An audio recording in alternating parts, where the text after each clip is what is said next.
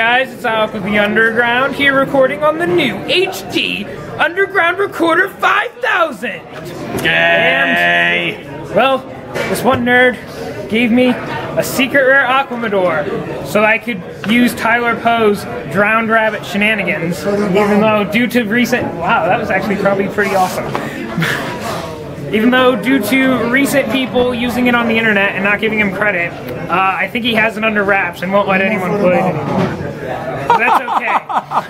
Drowned Rabbit sucks! Anyhow, this is Brian. That nerd. Alright, so this is my version of Malefic Gear Town. Where are you starting? Start a cure for me. The first thing you're gonna notice is there's no heavy back row over here. You're only running 3 reckless greeds. I'm gonna start with the engine here. You just have you have the gear frames. You drop these things. You hold it so you see it backwards. Yes, see, now they see it forward. Haha. See.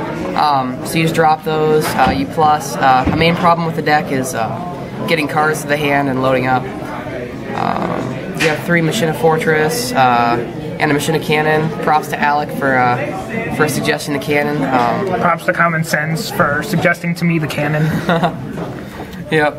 I run 2 tour guides and a Sanguine. That's just what I do. If you wanna swap it out, what you'd swap that out for is like maybe a mind control, just some stuff to get used to Ixie.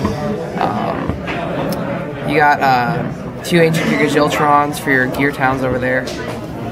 2 Weissel. I'll go into him in a minute. I run the 3 card cars.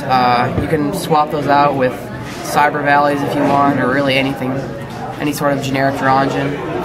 Those work well with, again, these Reckless Greeds over here. I'm kind of skipping ahead to the traps, but they're pretty much part of the same engine. I'm going to skip over to the Trigodias. You have 2 Trigodias. The deck focuses on getting off quick OTKs with limiter removal, which you'll see in a bit. You drop 4,000 beaters. You want to kind of explode and just put everything on the field and then attack. And sometimes you don't get that off, and Trigodia helps with that. And Trigodia also works, again, well with Reckless Greed. Sometimes you get it off. It's kind of like an honest sort of thing, where you get plus 1,600. I haven't had that happen much, but it works.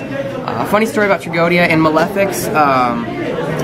In Malefics, with all the level 7s, 8s, and of course 10s you run, you're actually going to get some pretty funny effect uses with him, as far as dropping your Machina Cannons and taking over stuff like Moulin Glacier or whatever the frick your opponent puts on the field. I run the 2 Potted Dualities. Again, it works good with Reckless Greed and Card Car. It's part of that sort of engine. If you get 2 Reckless Greeds, you're doing fairly well with this deck. I run 3 MSTs. You probably don't need the 3rd one. That's just my thing. Plus, it works with Gear Town.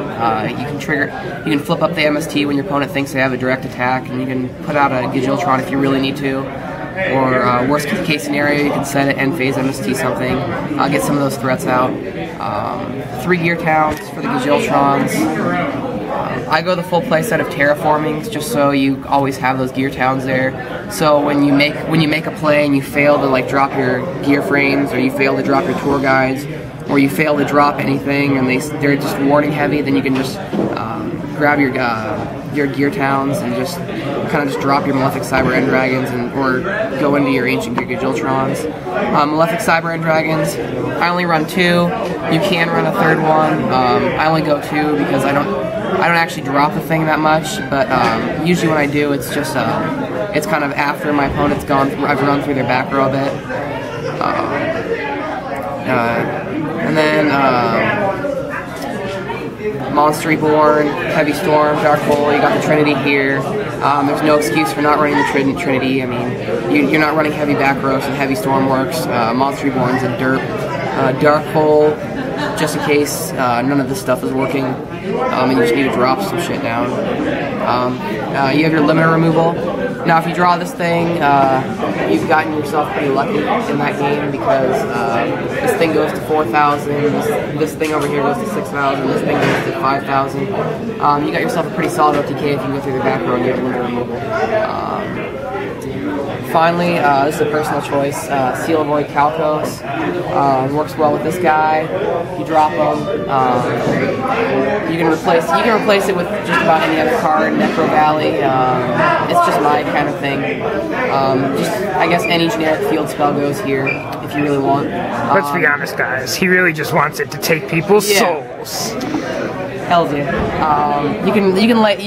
The extra field spell, you can lay it over one of these. You can even do weird stuff like terraforming, grab a gear town, and then set a Seal of Void Calcicos. I don't know. It's fun. Now onto the side deck. I got 2 skill drains. I don't main deck it. I mean, you can main deck 1 or 2. It gets rather inconsistent when you juggle 3 around in the main deck. 3 Royal Decree, you only run 3 Reckless Greeds, which, by the way, the Reckless Greeds are probably going to be the first things you're going to side out in Game 2. I go 3 Max C's. Really, you can go Max C or Effect Veiler. It doesn't matter. Max C works well against the wind-up matchup, and you're running the 2 Trigodias and the 2 Wise Souls, so you have some solid cards to grab with the Max C's. Fossil Dyna negates the special summons. You can drop a Malefic Cyber End Dragon, drop the Fossil Dyna. You can drop the big monster, then the Fossil Dyna. That's the idea behind it. You shut down your opponent's deck. Soul Drain, because Mermail Landians are a thing. Pay 1,000 to keep stuff from going up. It works against some other random decks as well. You could go to 3 on that one. Trap Stun here. Here we are. Trap Stun because same reason Royal Decree. The deck actually has a huge problem with back row. So once you flip the Royal Decree, you can get some stuff off. And Trap Stun's the same mentality there. And finally, 2 Electric Viruses. Because he has a personal vendetta against Lavia. I do have a personal vendetta against Lavia. The funnest play you can make with this is drop an Electric Virus, grab a Lagia, and then negate your own Gear Town. It's actually, I've gotten the play off 3 times so far. It's not one you get off often, but it's pretty fun when you do. It's a pretty fun shenanigans you can do with this. Gearjas, it works against other Malefic decks, Mirror Match, all those bad gadget decks that we've been seeing a lot lately. He's been talking about those. And then I'm going to go to the extra deck. The extra deck has some missing cards in it. I'm going to talk about some of these choices. First of all, Big Eye. He's for your Mission of Fortress, obviously. You get some fun plays off with him.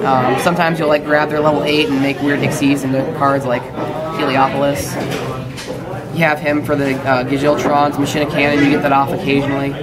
Just extra options. Maestro, you don't really run too many level 4s, but when you do, Maestro's a good option to go into.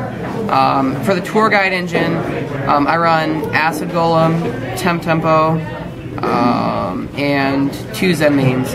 However, one of these Zen mains should probably be a Leviair. I don't actually own a Leviair right now, I should probably pick one of those up. As far as level 4s go, I have a Fairy King Alverditch. That would probably be a Gaga Cowboy or a Gear Gigant if you really wanted. Number 36, 39 Utopia, Photon Papilloperative. That would probably be your Gaga Cowboy again, or your Gear Gigant, depending on what you pick for the other one.